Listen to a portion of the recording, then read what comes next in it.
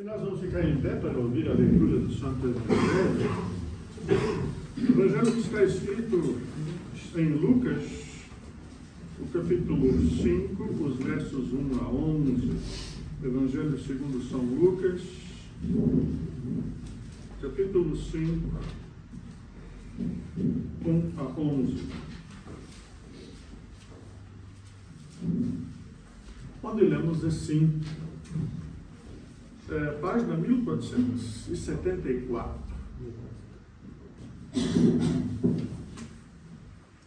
E aconteceu que Jesus estava junto ao lago de Genezaré, e a multidão o apertava para ouvir a palavra de Deus.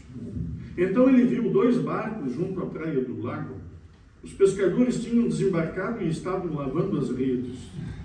Entrando num dos barcos, que era o de Simão, Jesus pediu-lhe que o afastasse um pouco da praia, e assentando-se do barco, ensinava as multidões. Quando acabou de falar, Jesus disse a Simão: leve o barco para o lugar mais fundo do lago, e então lancem as redes de vocês para pescar. E então, em resposta, Simão disse: mestre, havendo trabalhado toda a noite, nada apanhamos.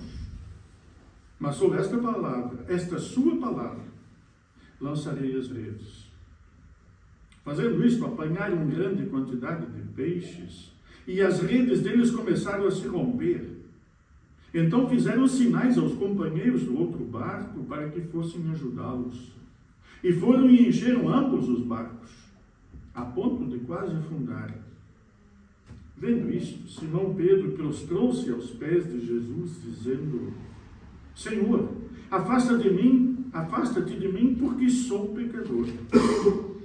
Pois à vista da pesca que fizeram, a admiração se apoderou dele e de todos os seus companheiros, bem como de Tiago e João, filhos de Zebedeu, que eram seus sócios.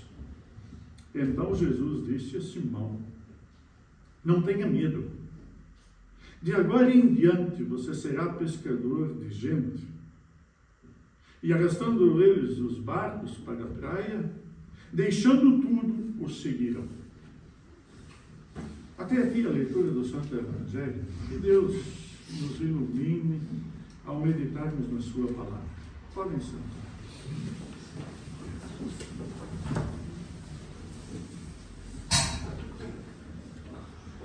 Muitas das vezes, quando temos diante de nós um texto, pode nos passar desapercebido o seu verdadeiro sentido. Sabe que o texto da pesca maravilhosa provavelmente nos faz lembrar de uma rede cheia de peixes.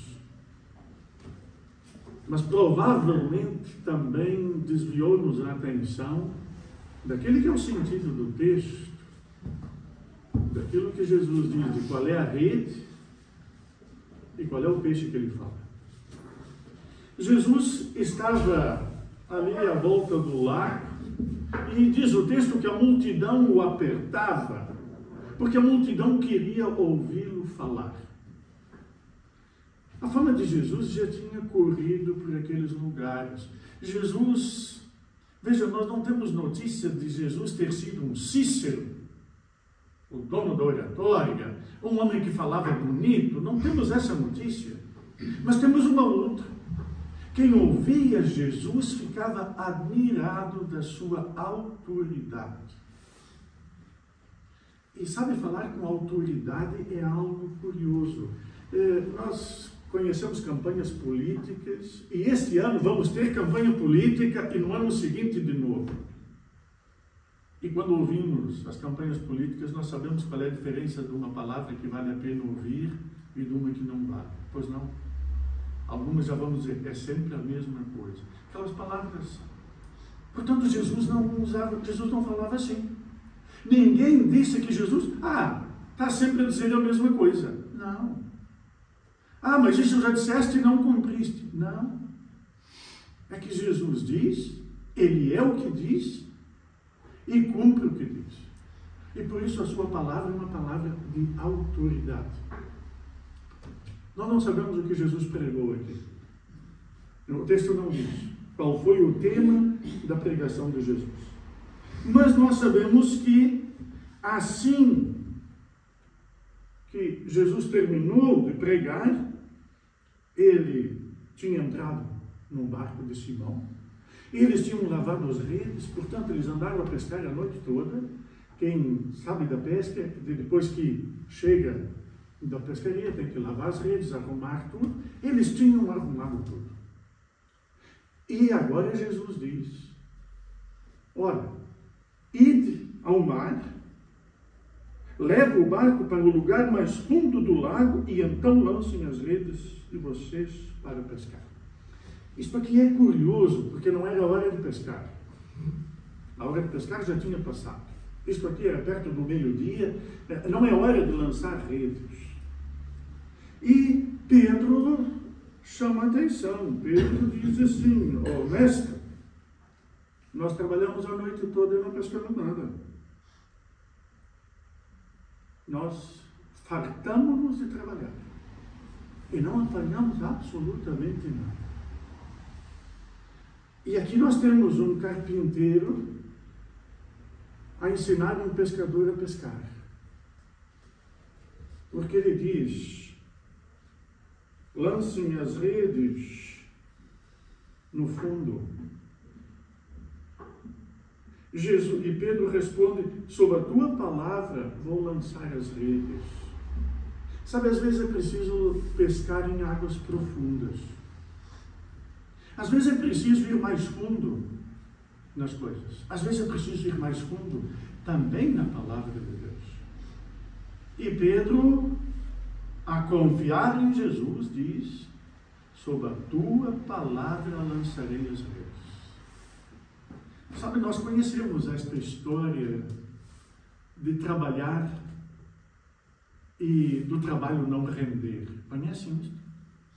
Conhecem o cansaço e o desânimo de trabalhar, trabalhar, trabalhar e o fruto não vir?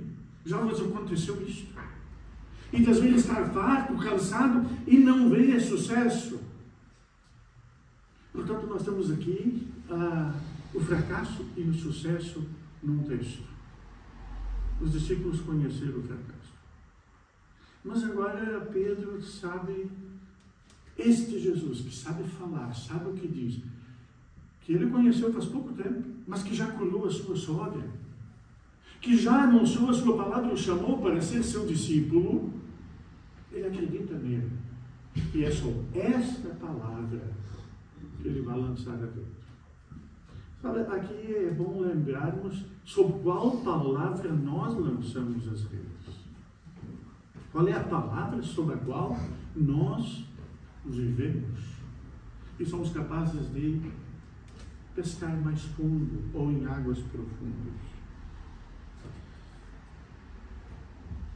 O texto continua: mas fazendo aquilo que Jesus recomendou, eles apanharam grande quantidade de peixes e as redes deles começaram a se romper. E então fizeram sinais aos companheiros do outro barco para que fossem ajudá-los. E foram e encheram ambos os barcos, a ponto de quase afundar. A abundância foi inacreditável. Eles não conseguiam nem acreditar naquilo e precisaram de ajuda. Sabe quando Deus dá, também dá para outros. Sabe que os cristãos têm um mandamento de amar o próximo e de repartir muito maior do que qualquer outro cidadão deste mundo, porque somos cidadãos de dois reinos. E aquela pesca não foi só para os discípulos de Jesus, não foi só para Pedro, Tiago e João, que ali estavam, mas foi também para outro barco que por ali estava e pescava. Jesus tinha preocupação, e Deus tem a preocupação pelo nosso sustento. E Deus diz: provai-me nisto, se faltar para um justo o necessário para a vida. O resultado é que, quando Pedro vê este milagre, quando Pedro reconhece o que ali aconteceu, diz assim: Vendo isto, Simão Pedro prostrou-se aos pés de Jesus, dizendo: Senhor, afasta-te de mim, porque sou pecador. O que é que nós dizemos diante de Deus? O que é que nós diríamos se encontrássemos com Jesus? Afasta-te de mim, porque sou pecador. Sabe quando Deus se revela? Quando nós aprendemos quem Deus é, quem Jesus Cristo, o enviado de Deus, é, nós também aprendemos uma outra coisa: quem nós somos. E quem nós somos. Por que Deus enviou o seu Filho ao mundo? Por que foi preciso que o seu Filho morresse desta forma? Pedro reconheceu: Jesus não estou com eu. Retira-te de mim, porque tu és santo. Eu sou pecador. Não há aqui ligação entre dois, entre pecadores e santos. Não há ligação entre o pecado e a santidade. Por isso, Jesus, sai de perto de mim. Eu não sou, eu sou gente de outra laia. Portanto, sou mesmo um pecador. O Antigo Testamento, o texto do Antigo Testamento mostra isto. Isaías estava no templo. E quando viu os querubins a voarem pelo templo, ele diz: mas eu estou num lugar sagrado e eu sou pecador. E então que um querubim vem com uma brasa tirada do altar, põe-me na língua e tira-lhe o pecado. E daí diz: a quem enviarei? E daí Isaías pode dizer: envia-me a mim. Felizmente Pedro está diante do Salvador. E quando Pedro reconhece quem ele é e quem Jesus é, também ouve a resposta: não temas, Pedro. É isso que Jesus diz.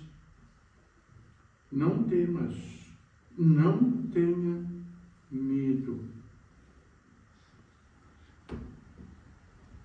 A bela oração de Salomão na inauguração do templo, e eu recomendo a vocês que um dia querem ler uma oração de um sábio, leiam-la. Mas na bela oração do templo, Salomão pede algo que é marcante. E Salomão diz: ó Deus, e quando este povo que tu conheces, este povo pecador, este povo rebelde, esse povo que se desvia de ti, quando esse povo vier ao templo e orar a ti, quando este povo entrar e orar diante do teu altar, ouve e perdoa. Nós no começo do culto fizemos isso, pedimos perdão. E este perdão é um reconhecimento, ou diante do reconhecimento de quem somos e diante do reconhecimento de quem Deus é. E quando recebemos perdão, já não precisamos ter medo.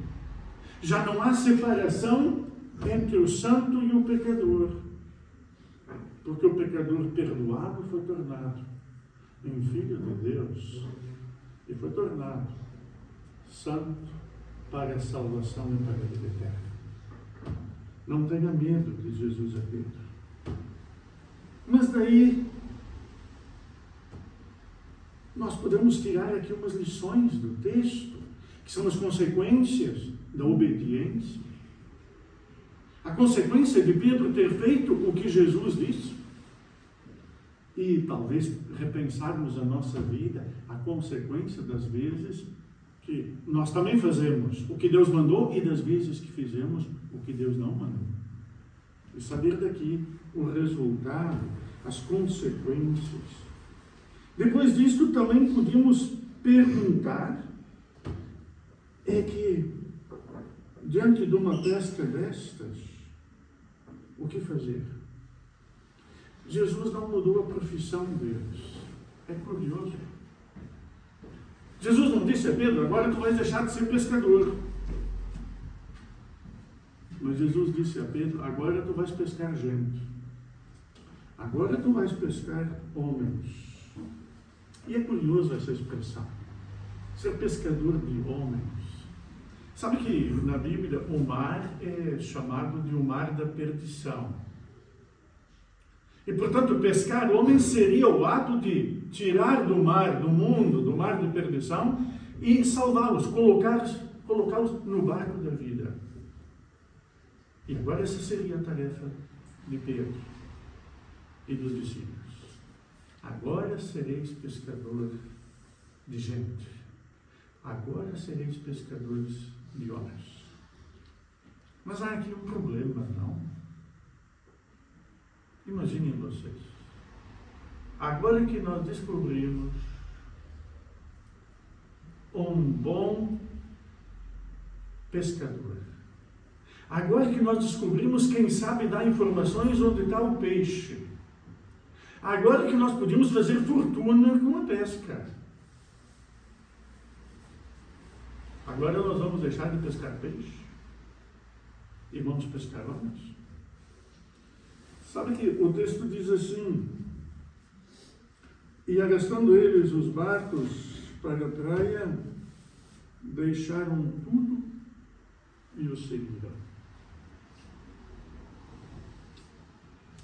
É difícil isso? Não, eu acho que seria melhor o texto dizer assim: eles pegaram tudo e o seguiram. O que é que nós queremos deixar para seguir Jesus? Nós não queremos pegar tudo junto e daí seguir Jesus. Pegar aquelas redes, aquela pesca, levar aquilo junto. Para isso agora é nosso, isso agora nós seguimos. E diz o texto, eles deixaram tudo e o seguiram. Podíamos perguntar o que será que eles perderam. Sabe, na Epifania nós falamos há pouco tempo sobre a oferta dos magos. Os magos trouxeram para o menino Jesus ouro, incenso e mirra. Foi um tesouro aqui. E eles voltaram todos contentes para a terra deles. E a pergunta é assim: quem ganhou mais? E quem ganhou o quê? Jesus ganhou mais dos magos ou os magos ganharam mais de Jesus? Os discípulos aqui perderam muito ao deixar tudo e o seguir. Eles deixaram tudo e o seguiram. Sabe que atrás do convite de eu vos farei pescadores de homens, está escondido uma coisa muito bonita que aconteceu mais tarde. Eu não sei se Pedro conseguiu pensar nisto. Sabe que esse Pedro, que é chamado agora a ser pescador de homens, este Pedro, que era o pescador ali de peixes, ele no dia de Pentecostes faz um sermão. E sabe quantas pessoas se converteram naquele dia? Diz o texto sagrado que foram 3.000 pessoas num sermão. Estão a ver a pesca? Estão a ver qual foi a pescaria? E em que se tornou Pedro? Um pescador de gente. E na verdade este texto da pesca maravilhosa é um texto que aponta exatamente para a pesca maravilhosa de pescar gente.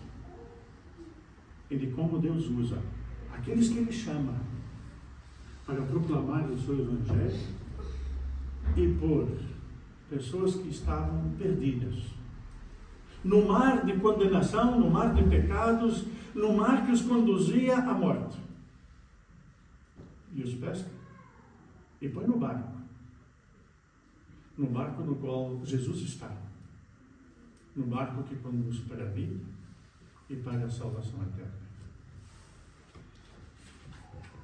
Deixaram tudo e o serviram. Pedro e os demais discípulos sabiam que deixar tudo tinha uma relação com encontrar tudo. Eles deixaram tudo, aquilo que não era importante, que não era de primeira importância, porque eles encontraram tudo em Cristo, que é de primeira importância. E esta é a sabedoria de se transformar de pescador de peixes em pescador de homens. Esta é a sabedoria de saber deixar aquilo que não salva, para abraçar aquilo que salva e que dá a eternidade. Que Deus nos dê sabedoria do alto para sermos capazes de, deixando tudo, seguir aquele no qual nós temos tudo: perdão, vida e salvação. Amém. E a paz de Deus, que ultrapassa e excede o nosso humano entendimento, quero estar, Jesus, contigo, e onde fores seguir. És o meu fiel amigo, só a ti irei servir. És o autor da minha vida, de minha alma benfeitor, toda a força para a vida vem de ti, ó Salvador.